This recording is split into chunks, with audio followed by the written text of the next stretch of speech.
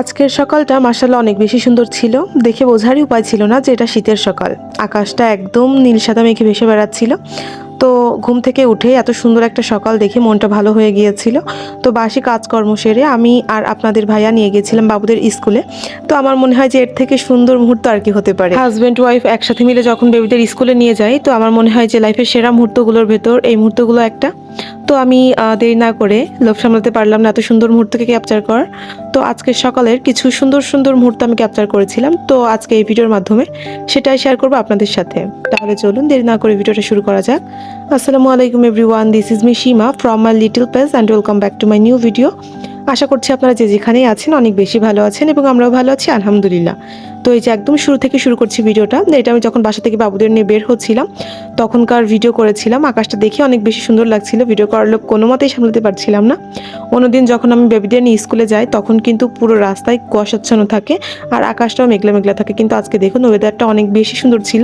দেখে বোঝারই উপায় ছিল না যেটা শীতকাল। দেখে মনে হচ্ছিল যে বসন্তকালের হাওয়া বইছে, যেন চারপাশটা অনেক উজ্জ্বল ছিল।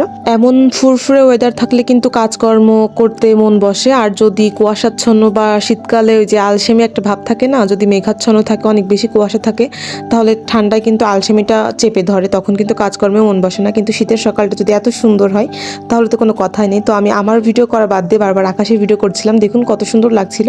নীল সাদা আকাশ কিন্তু আমার ভীষণ পছন্দের। আকাশের যে কয়টা রূপ, প্রত্যেকটা রূপই ভীষণ ভালো লাগে, তবে আমার মনে হয় যে আকাশের নীল সাদা কম্বিনেশনটা অনেক বেশি সুন্দর। তারপর আমরা প্রথমে ভ্যান পাইনি, খানিকক্ষণ হাঁটার পর আমরা যে বেবিদের স্কুলে নিয়ে যাওয়ার জন্য ভ্যানে উঠে পড়লাম। যেহেতু বাসা থেকে স্কুলের দূরত্বটা খানিকটাই পথ, বেবিদের তো আর হাঁটিয়ে হাঁটিয়ে স্কুলে নিয়ে যেতে পারি না। তো ভ্যানে উঠে সুন্দর মুহূর্তটা ক্যাপচার করেছিলাম।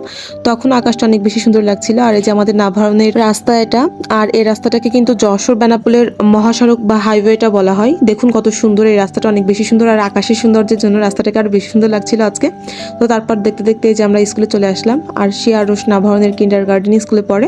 ওদের স্কুলটার নামই হচ্ছে নাভারণ কিন্ডার গার্ডেন, কিন্তু আজকে ওদের একটু ফার্স্ট নিয়ে যাওয়া হয়েছিল আমার মনে হলো, কারণ অন্যদিন আকাশ কুয়াশাচ্ছন্ন থাকলেও শীতের সকালে এত কম স্টুডেন্ট খুব কম আসে। তো আমরা যখন গেছিলাম তখন স্টুডেন্ট অনেক কম এসেছিল, মাত্র কয়েকজন ছিল। তো আরশ আরশিকে এই যে রুমে ঢুকিয়ে দিয়ে ওর বাবা একটু হেঁটে বেড়াচ্ছিল বাইরের দিকে, আর আমি এই যে রুমের ভেতরে মানে ওদের ক্লাসরুমে যেয়ে এই ভিডিওটা করেছিলাম। দেখুন আরশ আরশির চোখ মুখটা ফোলা, মানে ঘুম থেকে উঠে ওদের ফ্রেশ হয়ে কোনো মতে একটু খাইয়ে সকালে নাস্তাটা করেই আমি নিয়ে গিয়েছিলাম। তো ওই যে ফোলা চোখ নিয়ে ওরা কিন্তু চলে গিয়েছিল। আর আরশি যেহেতু একটু অসুস্থ, আপনারা হয়তো বা অনেকেই জানেন, তো আরশি কিন্তু আজকে মাত্র 2টা ক্লাস করে বাবার সাথে বাসায় চলে এসেছিল এবং আরশকে লাস্ট অব্দি ক্লাস করিয়ে তারপর আমি আরশকে নিয়ে পরে বাসায় ব্যাক করেছিলাম।